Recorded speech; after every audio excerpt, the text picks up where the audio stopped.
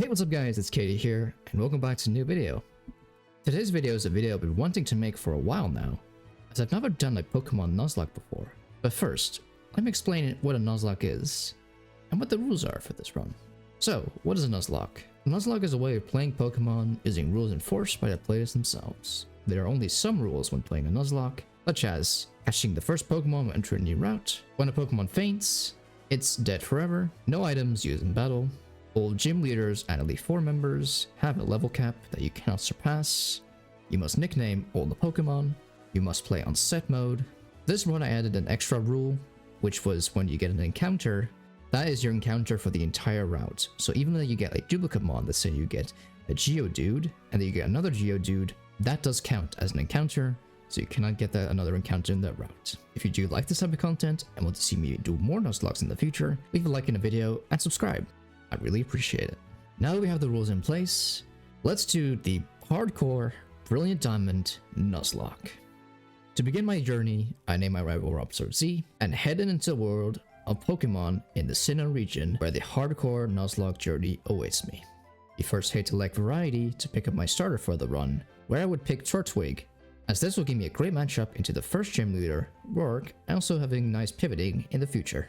When playing a Nuzlocke, it's important to plan ahead as you only have limited Pokemon to your disposal, and if the Pokemon faints, you can't use it anymore. After arriving at the Pokemon Research Lab, we name our Turtwig number 11. In Route 201, I encountered a Bidoof, which was a nice Pokemon for using useful TMs and getting certain access in the areas in the game. Route 202 was unfortunately another Bidoof, so no new Pokemon for me.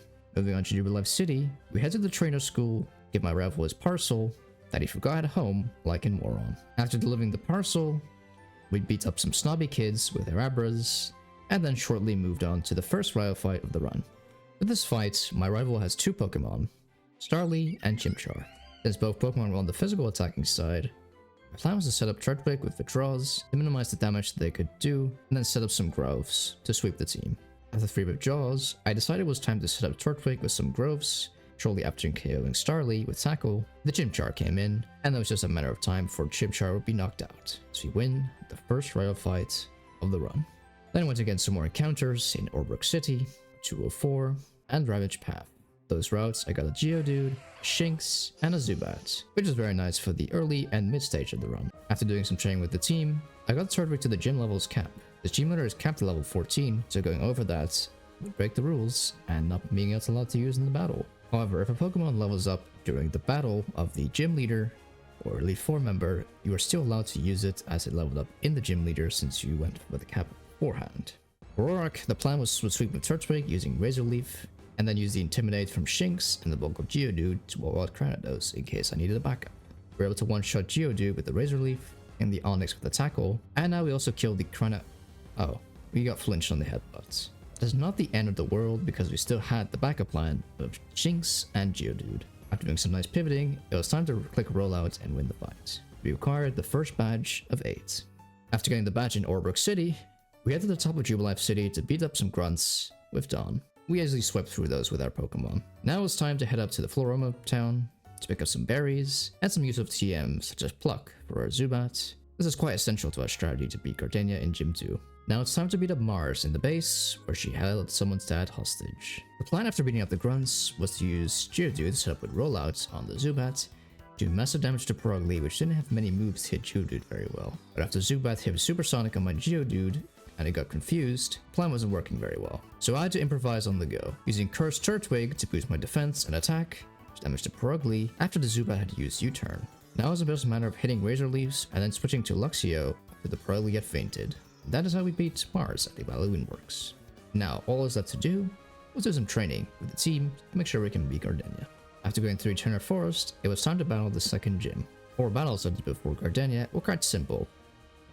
I used Pluck, Pluck, Pluck, and Pluck, and some more Pluck, to sweep through the entire gym's trainers. Now, there was one thing that would be concerned with the fight with Gardenia, and that was the move Stun Spore. This move paralyzes the opponent when it hits, and if you get bad RNG, you might not be able to move. So before the battle, I put a Cherry Berry on the Zubat to make sure that if I do get Stun Spored, that I can just eat the berry and not get paralyzed anymore. Now I was ready to fight Gardenia. The main strategy was just to pluck our old team away with Zubat, and we just pluck, pluck, and pluck. Oh, that didn't KO. Well, I was unfortunate to low roll on the first and second pluck on Roserade. No worries. We just have to dodge a few paras and then win the game. And there we go. We get our second gym badge and move on to the second galactic fight with Jupiter. So now it's time to battle Jupiter.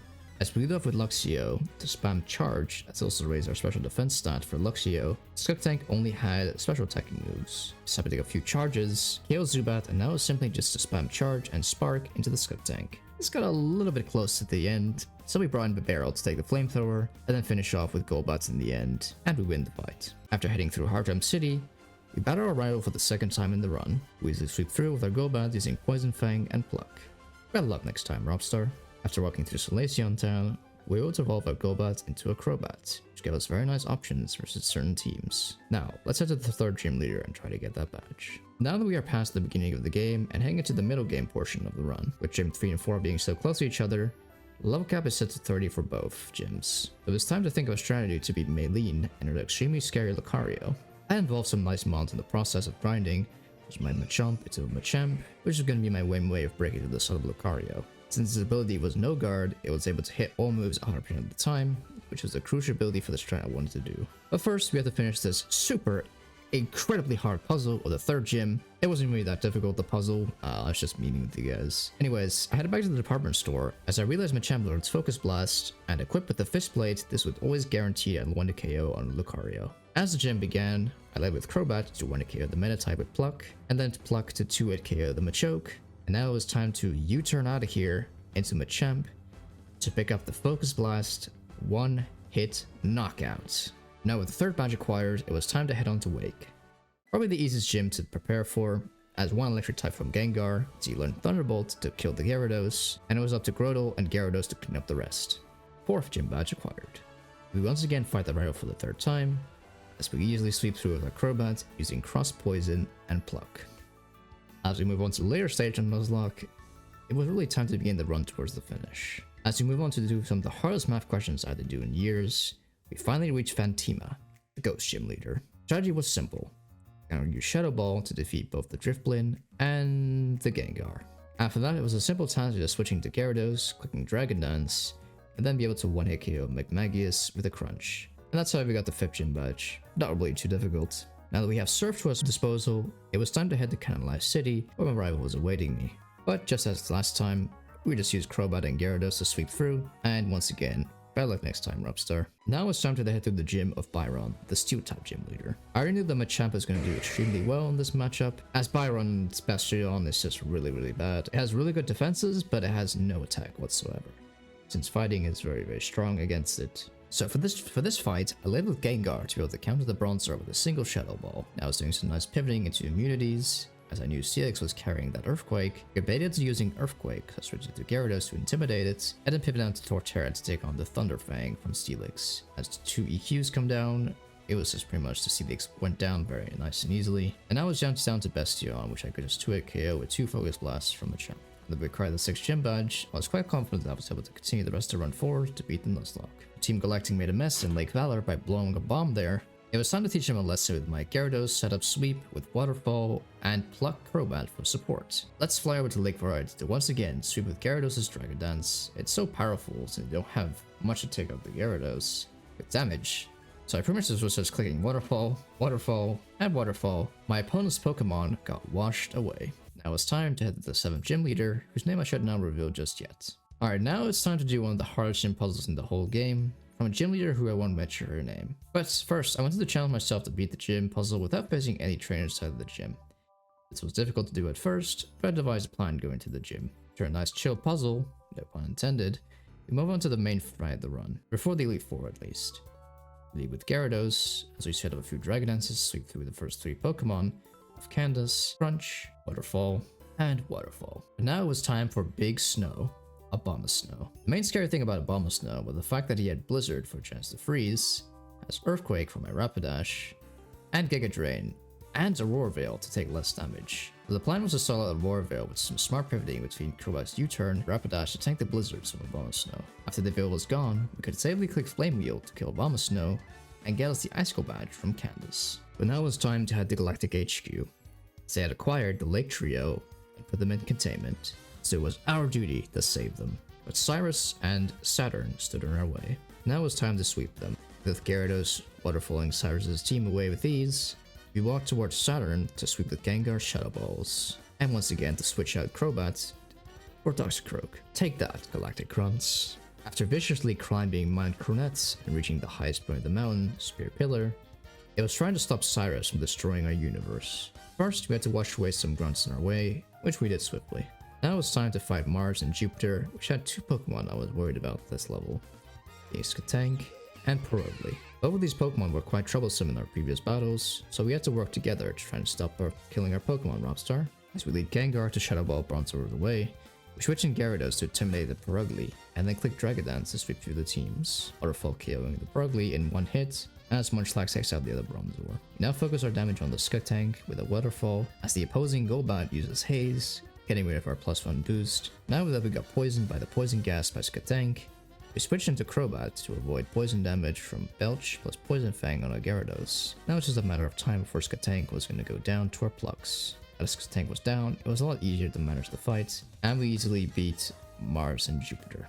Now it was on to the big fight, and arguably the scariest fight of the run so far. Team of Cyrus consisted of Scopeland's Super Luck Honchkrow, Gyarados with a bunch of these coverage moves, Crobats, and last but not least, Weavile. Since I had led Gengar in the first fight, it also put me to lead versus a Honchkrow, which wasn't a very good lead. I was forced to switch to Gyarados and use Dragon Dance to try and sweep through, but as Honchkrow kept using Defog, I started to just KO it with a Waterfall. Now because Gyarados has switched in, it's forced to once again use a Dragon Dance so still get the +1 attack boost back. And now it's just a matter of clicking Crunch until Gyarados fainted. But now we just click Waterfall on the Crobat, and the Quick Claw activates. I was really scared here of him clicking Cross Poison, because I think that might have barely KO'd me. Oh, it might have been a roll, I'm not really too sure. But luckily, he clicks Tailwind instead of just attacking with his Crobat. Now it's just a Weavile I had to stop. It's just an easy pivot down to Crobat, as he didn't have any ice moves, and I was just clicking Cross Poison and Roosting.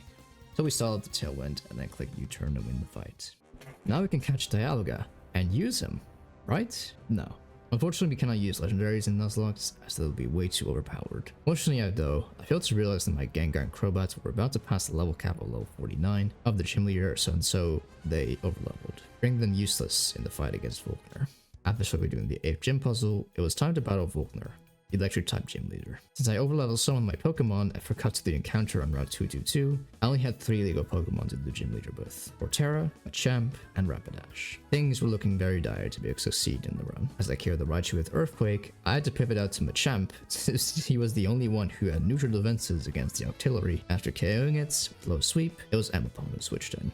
Fake Out doing 40 damage to Machamp, is doing so much, and now the situation was looking very dire.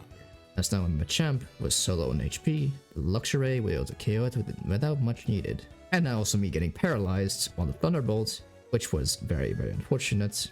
We KO'd the Emapom with Revenge. The run was about to get a lot harder.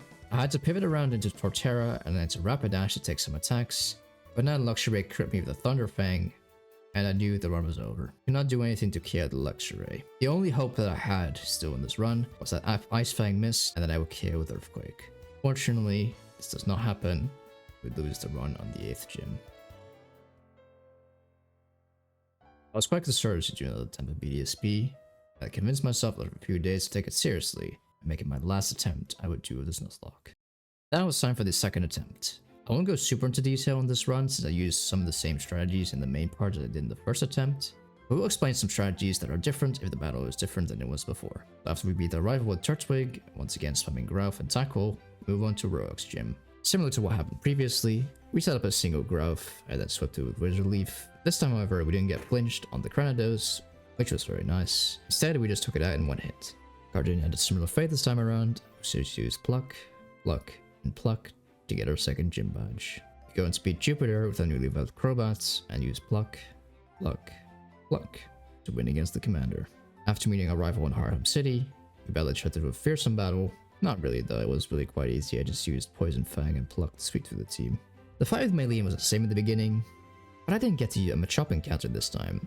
So the strategy had to differ a little bit between a little more pivot happy with Gyarados and Luxray, doing things a few times to lower Lucario's attack. I could bring a meta type to do some damage with Psybeam, to put into range of a Hex by Gengar in the next turn, and we win the fight by taking a nice Drain Punch to a Ghost type, and then clicking Hex to win the third gym badge. Wake was, well, quite easy, as we swept through it without any hassle really. We just used Thunderbolts with Gengar and Razor Leaf with Grotle, and then we used Gyarados to sweep the Floatzel, as we acquired the 4th badge. Fantima was a similar strategy as used in the first run, using Gengar the Shadow Ball Drifblim, Shadow-balling the Gengar, and then switching Gyarados on his Magius to set up a Dragon Dance on the incoming Phantom Force to want to KO it with the Crunch to acquire the 5th gym badge. Iron's Gym we led with a similar Pokemon as we go into Gengar to Shadow Ball the Bronzor, switch out on the Steelix into Crobat to dodge the Earthquake, and then we U-turn out into Torterra, set up Curse to boost our defense and attack. And now it's just to be able to click EQ and EQ to KO the Steelix. A Bastion had a similar fate as Torterra simply EQ'd it away. And we got the 6th gym badge. Woo! 2 more to go. Now it was on to Candace's gym. We led Gyarados and set up 3 Dragon Dances, and it was so Jover, Snover. As well as we waterfall away Medicham and Sneasel, it was time to deal with Abomasnow. We switched into Rapidash to counter the Abomasnow, but I realized now that my Rapidash was of modest nature. I only put on physical moves, so this Flame Wheel had a smaller chance to KO Snow. As we launched the Flame Wheel, it was in... Oh wait, she survived. But she clicked Aurora Veil. We were so lucky there. My goodness, that could have ended really badly. Could have lost our Rapidash there if she had just clicked Earthquake. Now we have 7 badges. On to Gym 8 we go. As we lead Torterra to click Earthquake to one-shot the Raichu, even with the Shukaberry, we switch to Luxray and click Thunderbolt. This unfortunately did not get a KO on the Octillery. As we clicked Volt Switch on the Octillery, it's going to use a full restore, so we bring in Gengar, as we could do huge damage with Shadow Ball and KO it. Now the Octillery is down, we can easily switch into Steelix to wall out the Ember Palm, and then click EQ. Now it's just time to switch in Luxray to permanently intimidate the opposing Luxray, and doing some nice chip with Rapidash to switch into Steelix to click Earthquake. And we win the fight, and bring me to the furthest I've been in the game so far. Steelix the MVP. Screw you, Volkner. Now it's time for the Elite Four, and then the Champion. But first, we have to beat robstar-z again. Has he not learned from his previous defeats to challenge me again? Luckily he isn't playing Cressaluna here, as he can play that really well. First leading Crobat to cross-poison the Staraptor, blocking the Heracross, cross-poisoning the Floatzel. But since this stupid Snorlax had Yawn, we had to cross-poison, and then you click U-turn afterwards to do some nice chip, and then switch to Torterra to tank some nice damage, and then click EQ to KO Snorlax. Then Fernet was here, it was time to do nice pivoting into Luxray to intimidate, and then Volt switched out on the -1 from close combat into Crobat to deal with the rest of his squad. One final pluck wins the fight, and we beat robstar-z for the final time. Now that the first part of the game was done, it was time to build a serious team for the Elite Four and the champion Cynthia. This game was rated really hard, the Elite Four, as they had competitive moves items, movesets, EVs, and IVs to help boost the damage output in the trainers that dare challenge them. I had my eyes on the prize though, and did not lose a single Pokemon in the run. I knew I could afford to do that in the champion fight to give me a better chance of winning.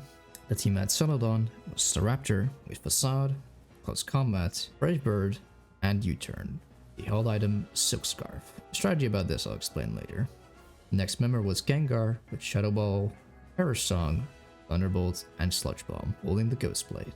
Next member of the team was Abomasnow with Aurora Veil, Blizzard, Wood Hammer, and Giga Drain. Roserade was another member of the team, with Giga Drain, Leech Seed, Protect, and Synthesis, with the held item Big Root. The final 2 team members were Steelix with Earthquake, Fire Fang, Sunny Day, and Rock Slide, and Gyarados with Dragon Dance, Waterfall, Crunch, and Ice Fang with a Lumberry or a special tech for the 3rd Elite Four member, but we'll get to that when we do. Let's start with Aaron. Wait, what did I say? Aaron? I mean Elron, as his team was so incredibly bad, I could just use Staraptor, sweep through the team with Facade. How do you activate Facade, you might ask? Well, you can get pre-burned before heading to Elite Four.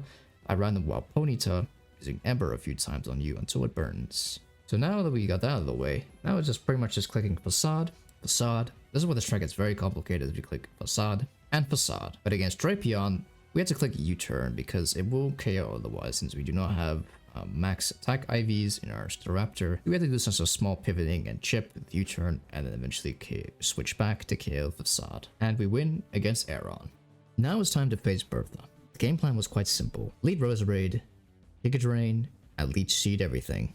Except I actually forgot to leave with Roserade and instead lived with Gyarados for some reason. Luckily for me, she went for Toxic on the Gyarados. There was a free switch in with Giga Drain, the Quagsire, and now it's time to deal with Whiscash. So I swapped into the Bombasnow to resist all the moves that she had on it, and was simply clicking a Royalville first to set up for the rest of the team, and then to click Blizzard to deal huge damage to Whiscash. After almost knocking her out, she uses Giga Drain after she uses full restore. She do a lot of damage, and then we knock out the Whiscash thanks to the Hill Chip. Sudowoodo was a nice switching from my Steelix, as he would always head smash, do a whopping absolutely nothing on the Steelix. As we KO with EQ, Golem was a little more annoying since he knew EQ and Stone Edge, so to make some pivots around my Steelix and Abomasnow, and then switching a Roserade on the Earthquakes, and I knew I could take it with the Veil being up. Now it's just a matter of Giga Draining and pivoting back into Abomasnow to take down the Powdon, powerful Giga Drain, and then Blizzard to take it out. And we win the fight against Bertha.